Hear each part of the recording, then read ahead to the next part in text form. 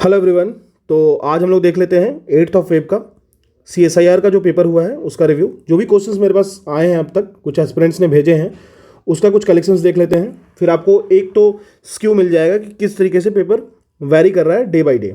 ठीक है, 5 तारीख से स्टार्ट हुआ और अभी 8th फेब है और इस बीच में क्वेश्चंस किस तरीके से वैरी किया है। देखो, बेसिक चीज़ तो ये समझ लो कि कुछ बेसिक चीज़ें हैं जिसका बिल्कुल भी वेरिएशन नहीं है, तो आप उसको जैसे करके रखे हो वैसे फिनिश कर सकते हो या रिवाइज कर सकते हो। जैसे उन चीज़ों में मैं मेंशन कर दूं आपको, general science, economics, environment, history, Indian geography. इसमें आपको बहुत ज़्यादा परेशान होने की ज़रूरत नहीं है। आप वन लाइनर्स अप्रोच पे चल जाओ, घटना चक्र वाली अप्रोच पे चल जाओ, काम आपका आसान है, इसमें कोई दिक्कत नहीं है। ठीक है, देखो मैं एक चीज़ मेंशन करना चाहूँगा, जो भी रिव्यू मुझे मिला है उस बेसिस पे एक सिंपल सा चीज़ है कि आपको ना थोड़ा सा अपने एलोंगेशंस को बढ़ाना पड़ेगा in compare to the last examination जो 2 दिन में हुआ। उसमें करंट अफेयर वाले सेगमेंट को आपको थोड़ा सा और समझना होगा। ठीक है, देखो पहले तो डायरेक्टली वन लाइनर आ रहे थे, लेकिन फिर भी उसमें भी क्वेश्चंस ऐसे आ रहे थे जो कि कोई भी समझ नहीं सकता है कि कुछ भी पूछ दे रहे हैं। ठीक है, लेकिन अभी का कंसेप्ट क्या है, अभी थोड़ा सा क्वेश्चन अगर आप देखोगे तो जैसे आई दृष्टि घटना चक्र हो गई, उस टाइप की क्वेश्चंस को पूछा जा रहा है। जैसे मान लो G20 में बेसिक क्वेश्चन है, G20 से हो गया। और फिर करंट अफेयर्स थोड़ा सा आपको लगेगा कि पहले से ज़्यादा डोमिनेट कर रहा है, इन टर्म्स ऑफ नंबर नहीं, इन टर्म्स ऑफ थोड़ा सा कंसेप्ट। ठीक है, कंसेप्ट मतलब क्या कि कुछ अच्छे अच्छे क्वेश्चंस पूछे जा रहे हैं। ठीक है, तो आप इसको समझ सकते हो। साथ साथ में ये भी ध्यान रखना, जैसे एक NMDC ने एक्सपेंड किया था मिनरल पोर्टफोलियो को, जो इनॉग्रेट किया गया था माउंट सेलिया, आपको पता होगा, गोल्ड ऑपरेशन, जो पहला गोल्ड माइन बना था एक्सटेंसिव पोर्टफोलियो में। ये आपको इन्फॉर्मेशन आपको मिल जाएगा कहीं भी, आई दृष्टि ये सब में कहीं दे रखा होगा। तो ये पूछा गया है, ये क्वेश्चन आज के पेपर में था।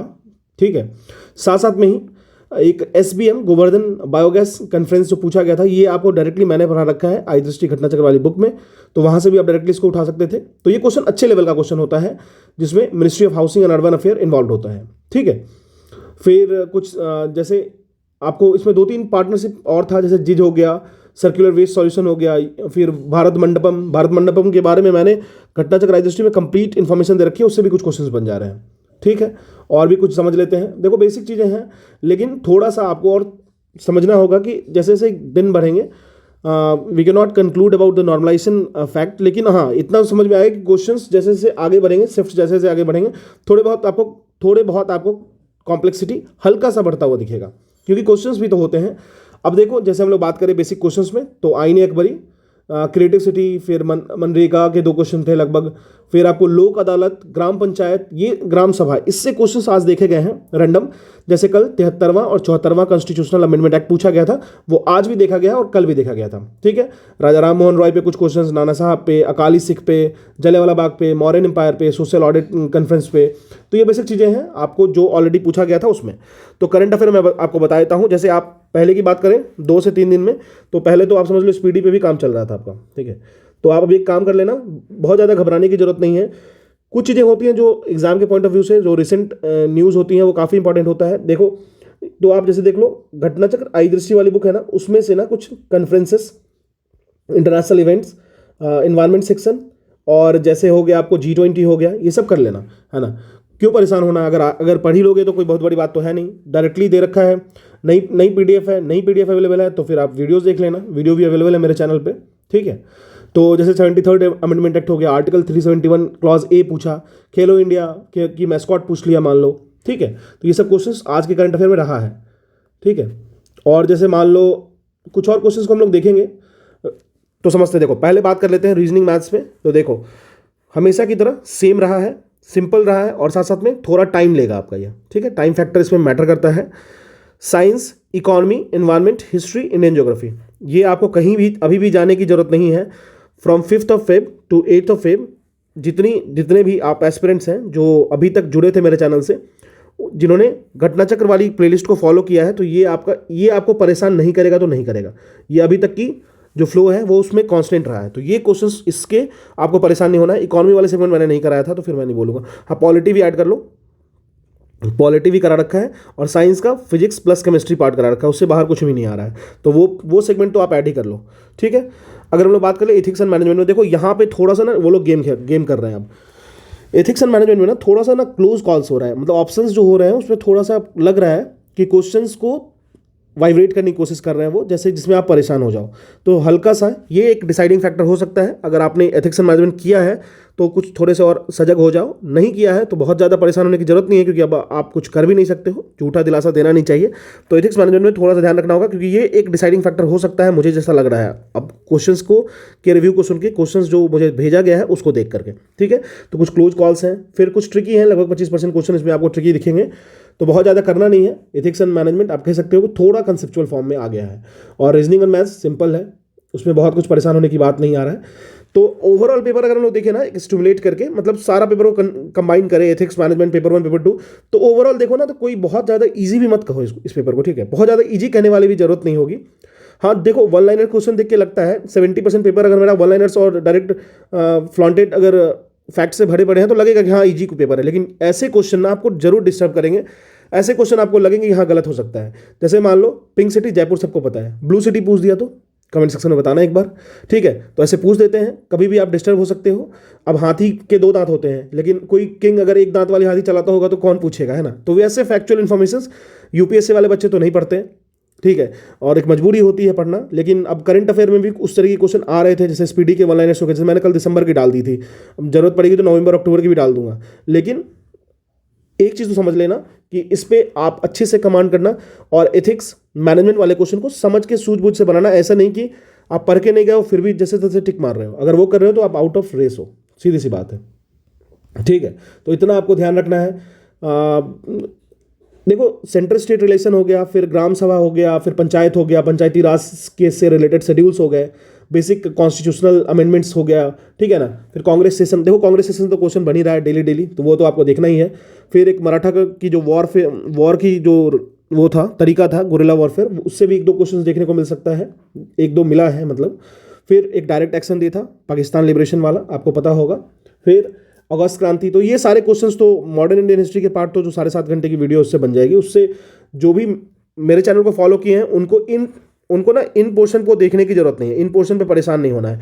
आप अगर कोशिश करो, अगर आपके पास समय है ना, तो आप थोड़ा सा और करंट अफेयर जो मैंने कराया है उसमें बहुत सारे एडेड इन्फॉर्मेशन दिए हैं, 1-2 बार सुन लेना। और कुछ वन लाइनर्स कहीं कहीं और से भी बहुत सारे चैनल्स हैं, बहुत सारे फैकल्टीज हैं जो अच्छा पढ़ाते हैं, वहाँ से कर लेना। ठीक है ना, तो ये बेसिक चीज़ें हो गई। तो अभी तक का रिव्यू देखा जाए तो क्वेश्चन थोड़े बैलेंस्ड हैं। इंदस वैली सिविलाइजेशन से क्वेश्चन आ ही रहा है। कॉन्स्टिट्यूशनल अमेंडमेंट एक्ट में 73rd और 74th क्वेश्चन पूछ ही रहे हैं वो हमेशा। ठीक है, फिर मेडल्स एंड स्कीम से भी पूछ रहे हैं। स्कीम्स के 2 क्वेश्चन हैं। स्कीम्स की पीडीएफ कुछ लोगों को नहीं मिल रहा है तो ग्रुप में चले जाओ, टेलीग्राम चैनल पे IAS सिंप्लीफाइड पे, वहाँ पे पड़ी है, अब जाके देख लेना। एक बार थोड़ा सर्च कर लो, ज़्यादा पेजेस तो है नहीं उसमें, है ना। फिर जैसे मनरेगा ये सब आपको डायरेक्टली उससे मिल जाएगा। 4 से 5 क्वेश्चन उस पेज से कर लोगे तो उसको खोज लो। ठीक है, जैसे वेदास की तरफ लौट चलो, किसने कहा था, राजा राम मोहन राय के बारे में, फिर नाना साहब के बारे में, अकाली सिख के बारे में, जलियांवाला बाग, मतलब सिखिज्म पे चले गए भी। हो सकता है अगली एग्जाम में मराठास पे चले जाए, उसके बाद हो सकता है मुगल्स पे चले जाए, फिर उसके बाद फिर मौर्यन पे चले जाए, फिर चोलास पे चले जाए, चेरस पे चले जाए, पांड्यास पे चले जाए। तो किसी पे भी जाए आपको बस बेसिक चीज़ों को पढ़ के रखना है, बहुत अंदर डेप्थ से कुछ भी नहीं पूछा जा रहा है, तो ये आपको ध्यान रखना है। ठीक है, NMDC के बारे में मैंने पूछ दिया था, बता रखा है ऑलरेडी, तो समझ लेना। तो आप क्वेश्चंस को किस तरीके से लोगे, तो इजी नहीं कहो बहुत ज़्यादा, ठीक है, थोड़ा ट्रिकी लेकिन बैलेंस पेपर और मॉडरेट पेपर, बहुत ज़्यादा टफ भी नहीं है, मतलब कुछ भी बोलने से वो बात नहीं होती, बहुत ज़्यादा टफ भी नहीं है। जो भी क्वेश्चंस मेरे पास आए उसमें 80-85% क्वेश्चन आप उसी वक्त कर सकते हो, 15% क्वेश्चन में। लेकिन देखो एक बात मैं आपको फिर से रिपीट करता हूँ, 80-85% ये आपको लगेगा कि आप कर सकते हो, लेकिन जब आप करने जाओगे तो कुछ ना कुछ गलतियाँ करोगे। ठीक है, क्योंकि ये नेचर ऑफ द एग्जाम है, ये CGL वाला लेवल कर दिया है तो इस तरीके से। लेकिन फिर भी CGL की पैटर्न को करने के बाद भी जो एक्स्ट्रा चीज़ें हैं ना, एथिक्स हो गया, मैनेजमेंट हो गया, उससे वो कुछ ना कुछ क्लीचे क्रिएट कर रहे हैं, जिससे आप कहीं ना कहीं अपने मार्क्स को लूज करोगे। 0.33 नेगेटिव है, बहुत ज़्यादा पीछे चले जाओगे और रेस से बाहर हो जाओगे। कंपटीशन आपको पता ही है, ठीक है, इतने सारे स्लॉट्स में एग्जाम हो रहा है तो फिर तो थोड़ा तो क्रिएट करेगा ही करेगा, है ना।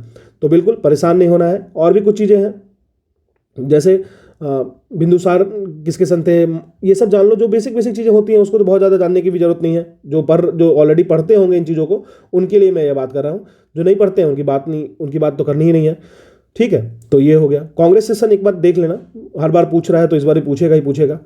फिर इतना ही है। लेकिन एक चीज़ और मैं आपको बता देता हूँ कि इस पेपर को बहुत ज़्यादा ईजी समझ के मत देना, ठीक है, बहुत ज़्यादा ईजी समझ के मत देना। नॉर्मली इसको सॉल्व करने की कोशिश करो। कुछ चीज़ें आएंगी जो आपको लगेगा कि आप इसमें बहुत ज़्यादा कॉन्फिडेंट हो, उसको मारो, उसको टिक कर सकते हो। लेकिन अदरवाइज आप ऐसे लगे कि आपको कुछ टर्मिनोलॉजीज हैं जैसे एथिक्स में नॉर्मल टर्मिनोलॉजीज हैं, लेकिन उसको ऐसे नहीं होता, कंसेप्चुअल आपको कुछ ट्रिक्स मिलेंगे जो आपको खींच लेगी मतलब एग्जाम में, तो उस चीज़ का भी आपको फोकस रखना है। ठीक है, डिसीजन मेकिंग में थोड़ा सा टाइम लगेगा, आराम आराम से करना है, थोड़ा टाइम लगेगा लेकिन हो जाएगा। ज्योग्राफी, इंडियन ज्योग्राफी जो मेरी वीडियो है उससे बाहर एक भी क्वेश्चन नहीं आएगी, ना आई ना आएगी, बस सीधी सी बात है। ठीक है, फिर इन्वायरमेंट बेसिक सेम आएगा जो मैंने पढ़ाया है।